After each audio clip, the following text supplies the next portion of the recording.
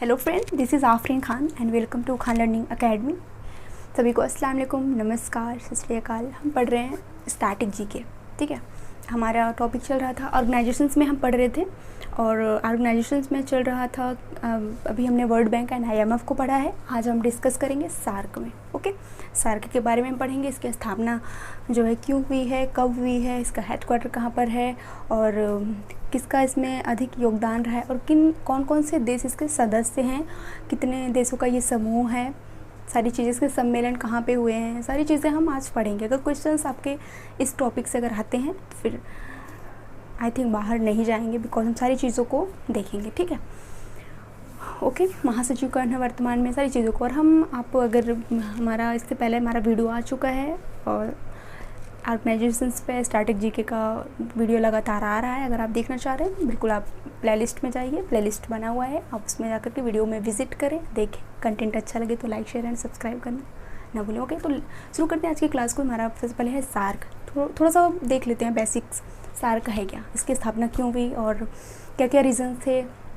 ठीक है, तो सार्क का जो सबसे पहले जो मतलब इसका स्टार्ट इसके बारे में सोचा जाने लगा माइंड में, तो वो कब 1947 के बाद 1950 1947 में भी इसकी चर्चा चल चुकी थी। ठीक है, 1947 में एक सम्मेलन भी रखा गया था आपके दिल्ली में एक सम्मेलन हुआ था जिसमें सार्क के बारे में चर्चा की गई कि हमें एक ऐसा जो है संगठन बनाना चाहिए जिसमें हमारे आस पड़ोस के जितने भी देश हैं उनका एक अपना संगठन होना चाहिए और जिससे उनकी आपस में जो रिलेशंस हैं, आपस की जो संबंध है वो मजबूत होंगे।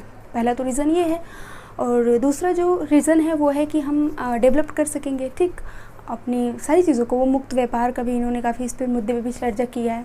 ठीक, तो ये सारी चीज़ें हैं, तो इसका देख लेते हैं। अच्छा, इसके जो है स्थापना में सबसे ज़्यादा जो योगदान रहा है वो जियाउर रहमान, बांग्लादेश के जो प्रधानमंत्री रहे थे, पूर्व प्रधानमंत्री, उनका बहुत ज़्यादा योगदान रहा है इसमें। 1985 में इसकी जो इस संगठन बनती है, इसकी स्थापना होती है। तो 1980 के टाइम पे इन्होंने काफ़ी प्रयास किया इसकी स्थापना में। तो जो है देखते हैं इसमें कितने देश सदस्य हैं। ठीक, 8 देश इसके सदस्य हैं, जिसमें से आपका इसके सारे भारत के जितने भी पड़ोसी देश हैं, भारत एक तो हो गया आपका, भारत इसका सदस्य है। दूसरा आपके जो है नेपाल, भूटान, बांग्लादेश, श्रीलंका, मालदीव, ऊपर अफ़गानिस्तान, पाकिस्तान। अफ़गानिस्तान इसका जो सदस्य, अफ़गानिस्तान को सार्क की जो सदस्यता है वो 2005 में मिली है भारत के सहयोग से। प्रॉपर जो मिली है वो 2007 में मिली है। 2005 में भारत के प्रयास से इसे मतलब शामिल करने का जो है पूरा निर्णय लिया गया। उसके बाद कागजात पेपर के रूप से इसको 2007 में प्रॉपर इसको बना दिया गया सदस्य। ठीक, तो इसका हेडक्वार्टर कहाँ पर रखा गया, तो अच्छा अगर देखा जाए तो इसकी स्थापना कहाँ पर हुई है, तो इसकी स्थापना हुई है ढाका में। ठीक है, बांग्लादेश की जो राजधानी है ढाका में इसकी स्थापना होती है। लेकिन इसका हेडक्वार्टर, इसका जो है सचिवालय कहाँ पर बनाया जाता है, तो काठमांडू में। ठीक, और काठमांडू में इसका सचिवालय बनाया जाता है। इसके जो सदस्य देश हैं वो 8 देश इसके सदस्य हैं और इसके जो महासचिव हैं 2020 के टाइम 20 से हैं, एस्ला रुबान बेराकून हैं। एस्ला रुबान बेराकून इसके महासचिव हैं, आपको याद रखना है। ठीक है, एस्ला रिबान करके हैं, श्रीलंका के हैं, आपको याद रखना है इतना। और भारत इसका 2 बार जो है अध्यक्ष रह चुका है। और इसके जो ऑब्जर्विंग जो देश हैं, जो देश चाहते हैं कि हमें इसकी सदस्यता मिल जाए, ठीक है, तो वो म्यांमार है, ऑस्ट्रेलिया है और चाइना है। ये सारे देश चाहते हैं कि हमें भी सार्क की सदस्यता मिल जाए। लेकिन सार्क की सबसे बड़ा मुद्दा ये आता है कि सार्क की बैठक, सार्क की जो है सम्मेलन, ये 2014 के बाद से हुई नहीं है। ठीक, 2014 में इसका जो है सम्मेलन हुआ था। उसके बाद कहाँ पे हुआ था, तो नेपाल में हुआ था अंतिम बार। उसके बाद से नहीं हुआ। उसके बाद होना कहाँ था, जैसे ये कैपिटल वाइज मतलब कि अल्फ़ाबेटिक चलता है ना, अल्फ़ाबेटिक वाइज चलता है।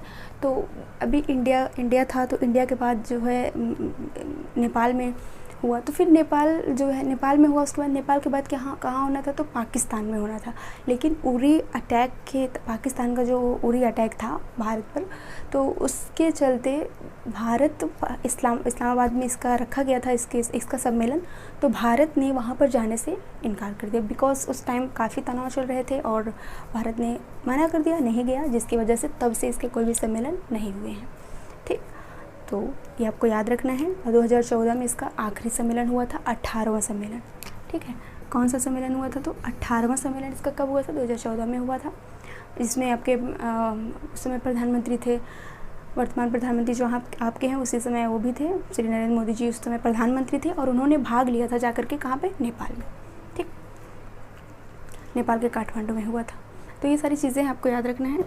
तो देख लेते हैं अभी इम्पॉर्टेंट क्वेश्चन इससे क्या बन सकता है, ये आपको याद रखना है। इसका मेन मुद्दा, मेन कार्य क्या होता है, अभी देखते हैं।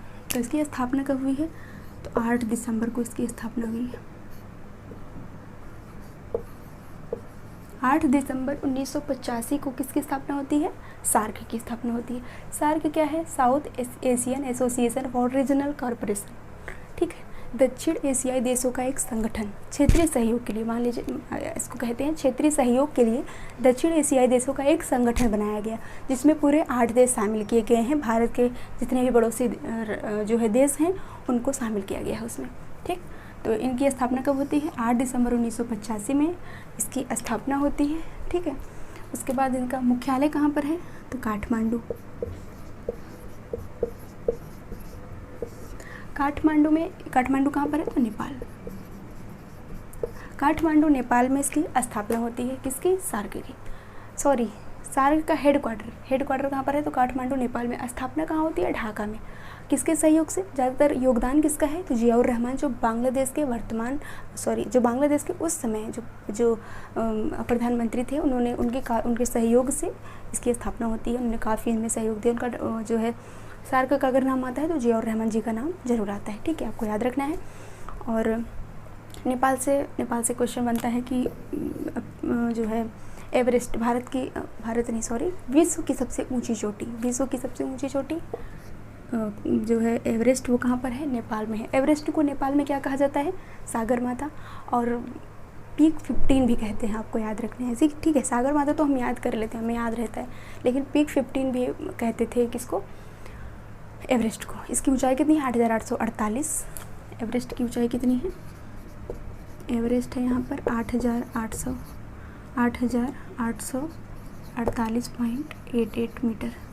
ठीक, 8,848.88 मीटर इसकी ऊंचाई है। ये तो रही इससे रिलेटेड चीज़ें, बाकी देखते हैं। काठमांडू नेपाल में इसका हेडक्वार्टर है। उसके बाद है सदस्य देश, कितने देश इसके सदस्य हैं, ये आपको जो है क्वेश्चंस आ सकते हैं। ठीक है, ये इंपॉर्टेंट क्वेश्चन है। तो इसके सदस्य देश कितने हैं, तो 8 देश इसके सदस्य हैं। अब कौन कौन से देश सदस्य हैं, एक तो आपका पाकिस्तान, अफ़गानिस्तान, नेपाल, भूटान, उसके बाद ये श्रीलंका, बांग्लादेश, मालदीव। मैप के थ्रू अगर आपको समझ में आता है तो हम मैप के थ्रू देखेंगे। ठीक है, छोटा सा मैप लेंगे, बहुत ज़्यादा बड़ा नहीं लेंगे।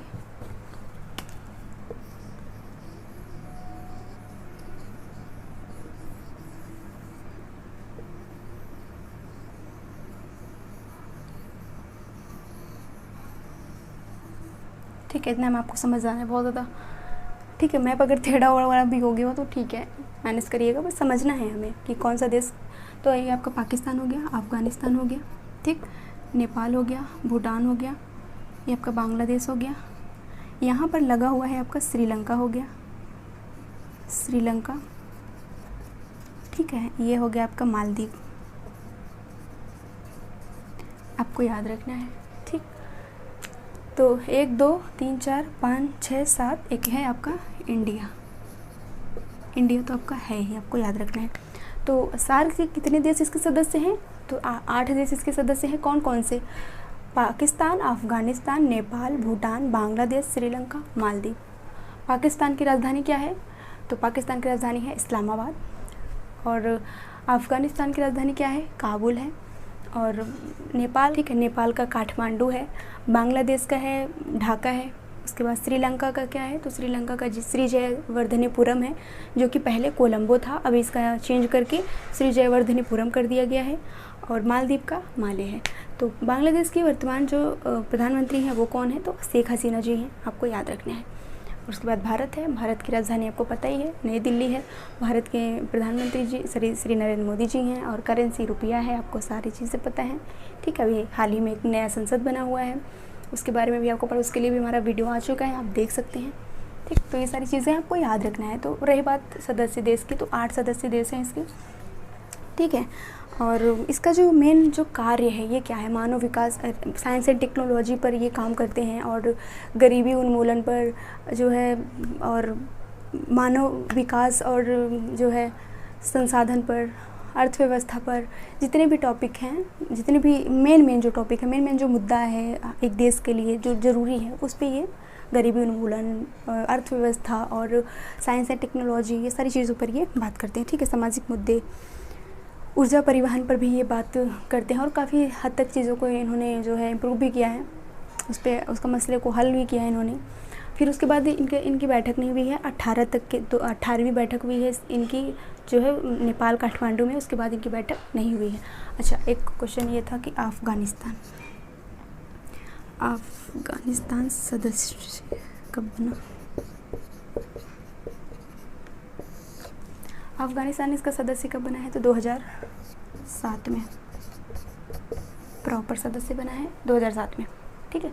अफ़गानिस्तान सदस्य कब बना है, 2007 में प्रॉपर सदस्य बना है। उसके पहले ये 2005 में भारत के सहयोग से इसका जो है मतलब इसके विलय की बात कर ली गई, लेकिन प्रॉपर रूप से अगर इसकी सदस्यता इसको मिली है तो 2007 में मिली है, आपको याद रखना है, ठीक है। सार्क है क्या, south Asian association for regional corporation, दक्षिण एशियाई देशों का क्षेत्रीय सहयोग के लिए दक्षिण एशियाई देशों का एक संगठन है, जिसमें 8 देश इसके सदस्य हैं। इसकी स्थापना कब होती है, तो 8 दिसंबर 1985 में इसकी स्थापना होती है। श्री जियाउर रहमान जी के हेल्प से, बहुत उनका योगदान रहा है इसमें, तो इसकी स्थापना होती है।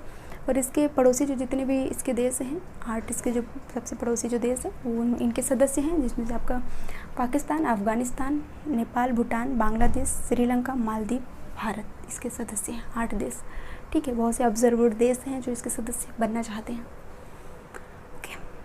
तो ये सारी चीज़ें हैं, आपको याद रखना है। हेडक्वार्टर कहाँ पर है, तो नेपाल काठमांडू में इसका हेडक्वार्टर है। इसके वर्तमान में जो इसके महासचिव हैं वो एस्ला रुबान बेराकून हैं, एस्ला रुबान बेराकून इसके वर्तमान में महासचिव हैं, और ठीक है, आपको याद रखना है सार्क के बारे में, बस इतना ही। और नेक्स्ट संगठन हम देखेंगे, ओके। और ठीक है, याद रखिएगा, बहुत ज़्यादा एक बार आप रिवीजन कर लेते हैं, मैप के थ्रू थोड़ा सा पढ़ लेंगे, चीज़ें याद हो जाएंगी आपको, बहुत ज़्यादा परेशान होने की ज़रूरत नहीं है। मिलते हैं नेक्स्ट क्लास में। बहुत बहुत शुक्रिया आपका वीडियो देखने के लिए, ठीक है। शेयर करें, सब्सक्राइब करें, कंटेंट पसंद आए तो ज़रूर हमें रिकमेंड करें next video and next topic के लिए, ठीक है। मिलते हैं नेक्स्ट क्लास में, तब तक के लिए सभी को बाय बाय, थैंक यू।